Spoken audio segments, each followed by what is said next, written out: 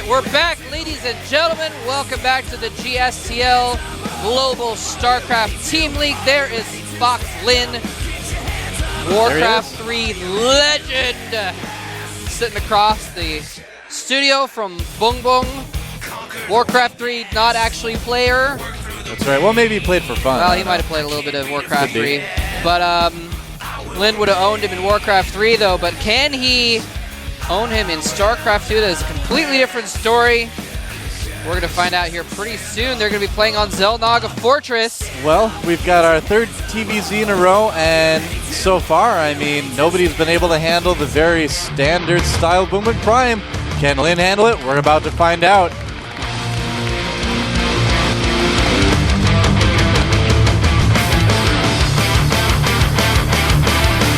All right, so down at the bottom of the map, we have our third Yellow Terran in a row from the team F United.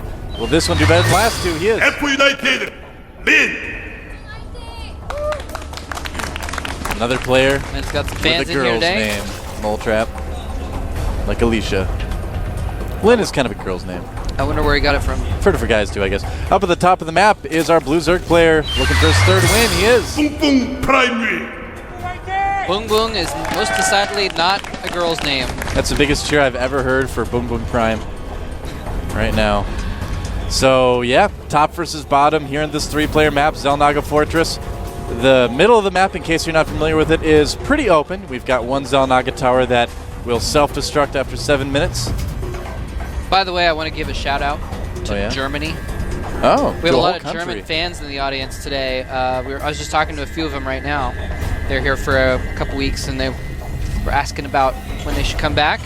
Oh, look at that. Wow. Prime Zhang. And there's another couple people here who have been here a few times. They're from Germany as well. So Well, Germany's got a big esports shout out scene, to German man. fans. Yeah, Germany actually has one of the top few esports scenes outside of Korea. Shout out to Germany. Half my ancestry is from there. Sweden has a big one too. Shout out to Sweden. Yep. Like a quarter of my ancestry is from there. Sorry to the rest of the world.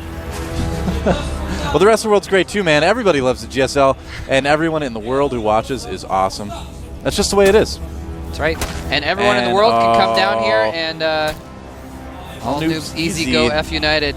Well, oh, Team Think Quick. Huh. I used to cast some of their tournaments back on NA, yeah? actually. Yeah.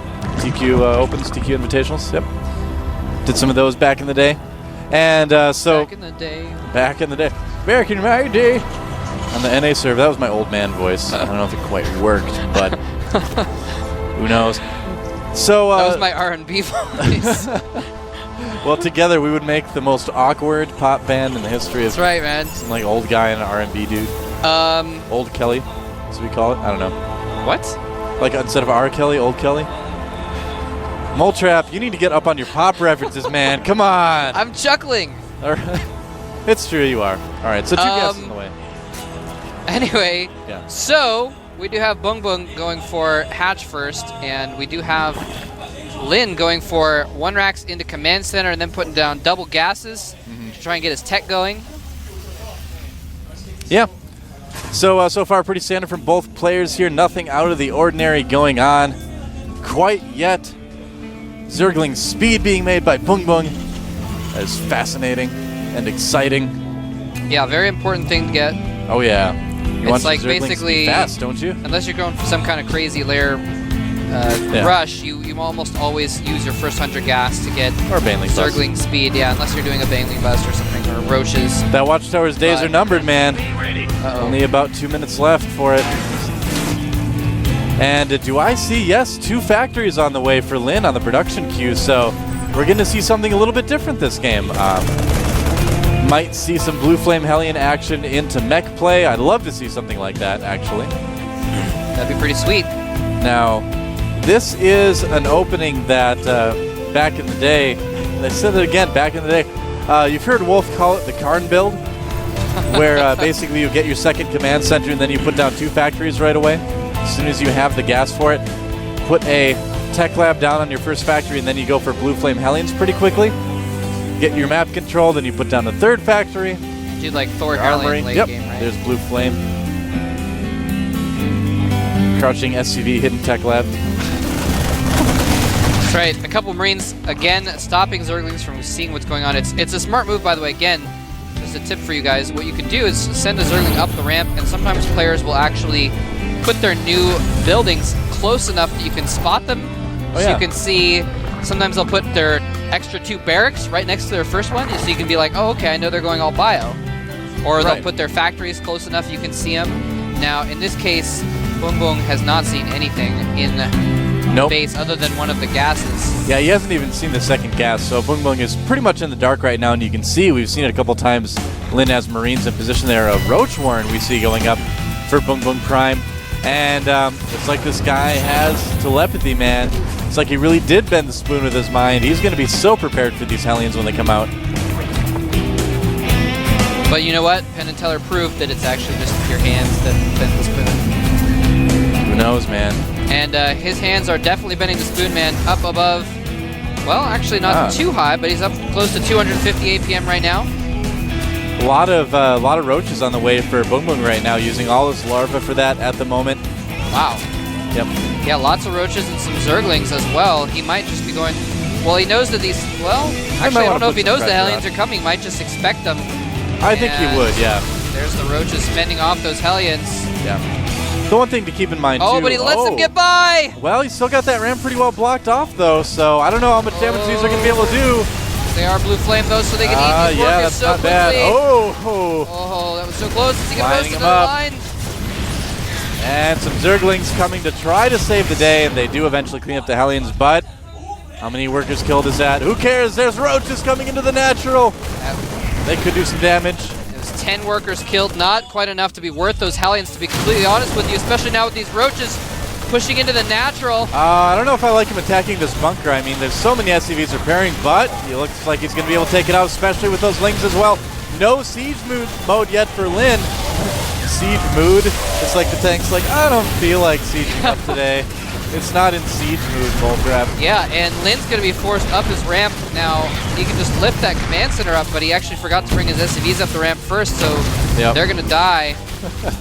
they are indeed going to die. They were abandoned to the ravages of war on the low ground, and those roaches did a lot of damage, bringing Bung Bung to a 60-40 lead in supply. And 2 barracks put down for Lin as well, so he's going to still be producing a lot of bio with this as well. That's kind of interesting. The roaches are like, no, you can't land here. Land on us, I dare you. And the command center's like, oh, that's so hard to clean roach off the bottom of my command center. I could just crush him, but I'm actually not going to land. There must be like really delicate fittings on the bottom of the orbital command that if they land on, it's just a design flaw. Not the ground, they can't. I don't know. It's like the exhaust port for the Death Star. I'm trying to think of an actual reason why one single tiny Zergling would stop an entire building from landing, but pacifist command center drivers. That's right. It's like I signed up to drive buildings, not kill animals. They were like the conscience of subjectors. It's true. And a little bit of a drop going on here in the back. Bung Bung's base is going to get cleaned up pretty quickly. The Queens may even, no, they're not quite going to kill that medevac. But yeah, man, sometimes when there was a draft in the past, in the U.S. at least, if you were conscientious objector, that's true, you would be put on a non-combat duty. You'd still have to join the military, but you'd have to like be a military lawyer or something like that. So now you know this stuff because you studied military history and all that, didn't you? That particular fact I don't know because of that. But yeah, I actually was a history major in college. Studied a lot about World War II. That's cool. Well, my grandfather was actually a lawyer in World War II. Oh. Or an accountant or something like that, actually. Although he wasn't a conscious objector. But that doesn't actually matter because there's a bunch of Lings and roaches pushing around the middle of the map. Okay, they're not actually going to go in for an attack. Smart move because there's way too many siege tanks there. Well, Bung Bung Prime's starting to get a decent-sized lead again in this game. And, you know, it's not that he's doing anything special. He's just, making some good decisions. He's playing well overall. And his opponents have been trying, various things and just not been too successful. I'd say Lin right now is looking the safest out of the 3 Terrans we've seen so far. His push is looking the scariest, but at the same time, he did get his natural delayed by quite a bit. It landed for a short time, had to take off again. Yeah, here's the thing. He doesn't have a ton of medevacs, and so he's going to be a little bit careful when he engages. If he stims too much, gets baited into his stimmy, it's going to be bad for him. But yeah, he does have a very scary push. He's got a Oh, lot look of at tanks that. here. At the natural of Lin, though. Zergling's running in. Uh-oh. Down at the natural base of Lin. Down at the 6 o'clock position. And Depot's going up just in time. Getting those up just in time. But he does need to pull back his army. And that drop. Yeah, that medevac's getting so low, man. And Muta's probably going to finish that off. Oh, yes. Yeah. Easily. Goodbye. 0 losses for Bung Bung. Yep. Now, one thing that Lin is doing that we haven't really seen other Terran players do is make that wall with supply depots not out. Now, obviously, it wasn't complete enough because a bunch of Lings just ran in there, but once he completes it, that'll be kind of nice. And you don't usually see a lot of Western players doing that with supply depots. A lot of Western players tend to be a little bit overprotective of their supply depots, I think. But not Lin, man.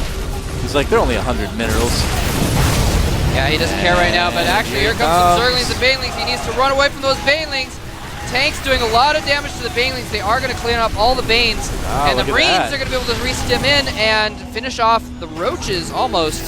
More tanks for Lin and better tank positioning helped him hold off that attack, or that push by Bung Bung. Yeah, very nicely played by Lin. Yep, when you're pushing tank, marine, and TVZ, it's a little bit different. The tank arrangements are different than you would do in like TVT, you know? You need to have the tanks in more of like a line going from front to back rather than side to side. Just because those first 2 tanks, are going to get killed no matter what. It's the tanks behind it that are actually going to do the damage in most cases. And forcing a stim there with those mutas, but he might get a little bit of damage on him. No, maybe not. Muta's running into the main though, and not too much to defend against this. He might lose some reactors. I think he might. Or a tank. Ouch. Wow, doing some damage, some serious damage there. The Marines finally showing up. Oh, a lot of mutas exploding there. Almost pinchered those mutas there. Yep. So Lin's just being kept on 2 bases right now. He needs to do something to break out, take a third. Yeah, that's really what he needs to do right now. Yeah. Because he actually he started closing the gap with that last push where he stopped things, but a little bit. This time that he's been kind of defending and not expanding and just defending and not really doing much, he's been falling behind again. Well, this is the type of map that you don't really see the game go past, an early third very often, just because of the layout of the map. So we're getting to the point on this map in most games where something big happens, and we could see something big happen right here. Catching some tanks on siege, that's pretty good here. They do siege up now, but here comes Bung Bung Prime. Is he going to have enough? I think he is, Moltrap. Yeah, definitely. He's got a lot of Mutalisk there. Cleans everything up very quickly. The medevac goes down, and Bung Bung has a 60 supply lead right now. And there is actually no way that Lin can take a 4th base at this point. Oh, or even a third base. I mean a third base. I agree with you. There's no way you can take a 4th base either. There is no way Lin is going to be able to take his 7th base. That's true. He is absolutely not taking the rest of the bases on the map this game. We can put a nail in that one. And these mutas.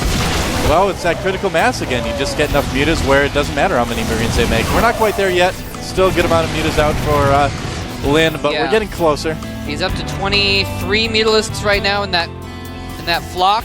He's got Banelings, Roaches, and Zerglings out in front of the base as well. A murder of mutas. Oh no, picking up a free tank. Yeah, these mutas are just so strong. They're +1 weapons upgraded as well, so they just do that much more damage. Well, Bung Bung can kind of relax at this point. I mean, he can't just like sit back and go, oh, I feel great. But he can, do harassment like this, taking out some Marines. Needs to be a little bit careful not to lose too many mutas, but this is okay. But at this point, he knows he's got Lin trapped in his base. He can expand a couple times, and he can just be like, all right, Lin's just going to, make an army as much as he can. He's going to mine himself out, try to push, and it's going to be it. This is the point where as a Zerg, you kind of go, all right, I got this one in the bag. He's not going to move out. I just need to be careful to just turtle and move out with a max push that kills me. Right, just needs to be a little bit safe at this point. Exactly, and keep harassing, keep keeping an eye on what kind of units they're making. Yep, picking up supply depots, picking up turrets. Oh, might lose some mutas there though. Oh, nice volley from the. A lot of mutas, very low on health. Back. Yeah. Maybe, you know what we see some Zerg players do is pull the mutas back and do some transfuses on him. He could do that as well. Yep, he does have one extra queen, and he's got got some energy on his other beats as well. Linda's got a lot of production buildings for being on 2 bases right now. But he can use, different ones alternatively. As you can see, he's producing a lot of Thors right now. Not as many Marines. And he's going to try to push out. Boong Boong realized that he actually didn't have enough drones to really be using his 4th base fully, so he just made a round of drones as well. And here he comes in. He might try and break him right here. And, good tank positioning again for Fox Lin, but just not enough stuff at all. And Boong Boong Prime is going to absolutely crush this force. Wow, GG. And look at that, Boong Boong Prime. He's 1 win away, Moletrap. I'd gotta say, man, I think Fox Lin is pining for the fjords about now. I think so. He has ceased to be. He is a late Terran. High tense all around. All right, Boong Boong. He's gotten 3 kills, man. Yeah, he has. I might have to eat dinner tonight if he beats one more player. Well, we don't want that, do we? Dude. Wow, the F United team looking a little bit dour there. Like, I can't believe we're getting beaten by a guy who has like little X's of tape over his nipples. So embarrassing. So. Wow. So who are they going to send out next? I think it's got to be Moon. I think Moon would be the better choice, but we could see Soccer. Well, it's either going to be Moon or Soccer. I mean, it's a coin flip now. It's got to be one of those two. I don't know. Normally at this point you'd send out Naniwa. That's right. Again, he's in the air right now. He's probably flying at the moment. Do you think so? Wouldn't he have to? Maybe. Well, I don't know the timings actually. Well, we're like a day ahead of everybody else, basically. That's true. So, that's true. He might be in the air right now. He could be. He might have left yesterday. That's true too. Some people did lose or leave yesterday, not lose yesterday. But he is on his way to MLG. Yeah. And he's going to be owning up some nerds there in the United States. Let's find out who they're going to pick. Rock, paper, scissors time. It's going to be Moon. It is Moon. I think Moon's a better choice. I think you're right. Good call. I think going for his EVZ is a good choice here. So Moon, he showed some potential early on in his StarCraft 2 career. Still kept playing a lot of Warcraft 3, though. I think once this guy switches over fully to StarCraft 2, he's going to be really good, actually. Yeah, people, that's what I was going to mention earlier. The rumor is that Moon and Lin have been practicing War 3 a lot more than StarCraft recently because of WCG, because they have a lot better chance of doing well in WCG Warcraft than they do in StarCraft. So they haven't been practicing StarCraft very much. That being said, APM, man. Moon actually he's only played a few Zerg versus Zergs, but he's actually won all of them in Code A tiebreakers and stuff. Watching his hands is like watching a master musician play a guitar or something. It's fun to watch. But yeah, like you were saying, I mean, now that Fox is kind of disbanding at the end of the month, he's going to probably be looking for a new team. And I don't think he's going to be playing a lot of Warcraft 3 anymore. That makes me excited, man. Hopefully not, because, he has so much potential to be an awesome StarCraft 2 player. I feel like he will be once he can dedicate more time to it. Right now, he's still good. I mean, to be at this level and be playing 2 games at once is a pretty good accomplishment in itself. Yeah. But it's also kind of holding him back from being, right up there with some of the best. Yeah. And he's actually picked Crossfire for our next map. Interesting. Very cool. Yeah, I mean, Moon, they call him the 5th race because he basically played differently than any other player, and he was that much farther ahead of almost everyone else in the world. I mean, Lin and Grubby could sometimes touch him, but I think he was considered to be the better player. Well, depends on who you ask, I guess. Move over, Mountain Dew can. Move it. Make room for Pepsi next. So much taller than your can. Well, I'm going to stack it on top of my water cup then. And no, you can't do that. Can't do that. Fine. It's against the rules. I'm sorry. It's against the rules. It's against the rules. This is not Nam. There are rules.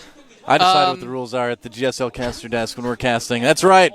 Laying down the law. All right. We have to see if you can decide what the rules are as far as drink placement goes. All right. Pop placement, as you like to say. It's interesting how soda, what I call soda, has a different term in like all kinds of different places. It could be called pop, fizzy drink some places. There was a couple others I remember hearing on the East Coast and in the UK, but I don't remember what the others one. Soda is, of course, the correct term. No, it's not. It's not the correct term. those of you, you can follow GOM. I'm leading into something. Don't worry, I'm Go for it. transitioning to something with this. You can follow GOM TV on Twitter at gomtv.net for a lot of GSL news. You'll definitely want to do that. You can also follow me at DOASC, and I love that Hooter face. is my idol. I think that must be Boong Boong's. Yes. Could be. And you can follow Moletrap at Moletrap. And if you think it's Pop, tweet that at me. And if you think it's Soda, tweet that at Moletrap. We're going to find out who's right. So I think I am. All right, we'll see. I don't know. What are we going to count the tweets or something like that? Yeah, we're going to count the tweets when we get home. We're going to find out who's right. See, that's not fair because you have like double my Twitter followers, though. So, I don't think that matters one bit. Anyway, so ZVZ on Crossfire. Let's talk about some of the implications for that, really. It's a very long map, obviously. If you decide to say 6 pool or something, it's going to be quite a while before your opponent sees it. That's true. I don't know. So unless you do a drone scout, we don't often necessarily see drone scouts in ZVZ. The temptation as well might be to just go hatch first because it is a big map like that. But, if a Zerg goes hatch first without the drone scout, the other Zerg can go that 9 pool all in, pull the drones, make a spine crawler in the base. They can do that too. We still see that pretty fairly often in ZVZs in the GSL. And you have to know that Moon's got some sort of plan for this, right? He didn't just randomly pick the map because he was going to do a ZVZ. He's got a plan. Speaking of random, yeah. If you're interested in memory that's accessed randomly, you should go with some G-Skill RAM. Thank you very much to G-Skill for supporting the GSL along with our I don't know if they sponsor the GSL, our sodas though. here. Who knows? That's right. They don't necessarily sponsor the GSL. We still like them anyway, though. We still like them anyway. It's all good.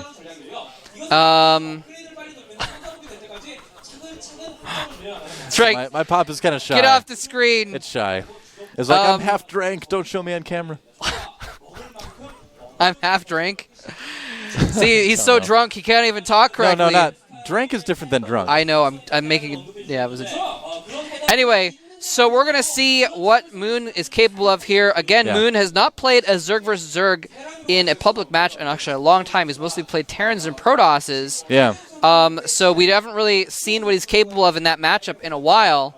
But again, Boong Boong has only played one game, that as far as I'm aware of, and that was the game he lost to Dong Regu before. So we haven't really seen either of these players what they're capable of in ZVZ. Mm-hmm. So it's going to be interesting to see how things go if Moon can bring it back. Yeah, is ZVZ his kryptonite?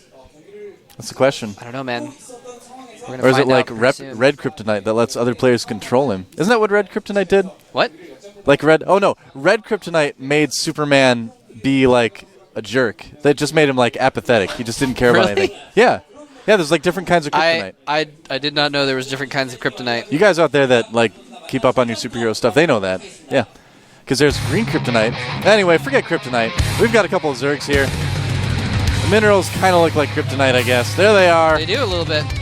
Moon rising on the left side of our screen to face Boong Boong Prime on the right side of the screen. Map, of course, will be Crossfire SE like we talked about. And Boong Boong Prime, one of the few people that actually keeps that plastic keyboard cover you get when you get those keyboards here. Interesting. Korea. All right, it is all up to We Made Fox's Moon. The Warcraft 3 legend has got to defend his entire team right here. It's all up to him. Let's find out if he can bring home a win for F United or will Boong Boong get the all kill here at the GSTL.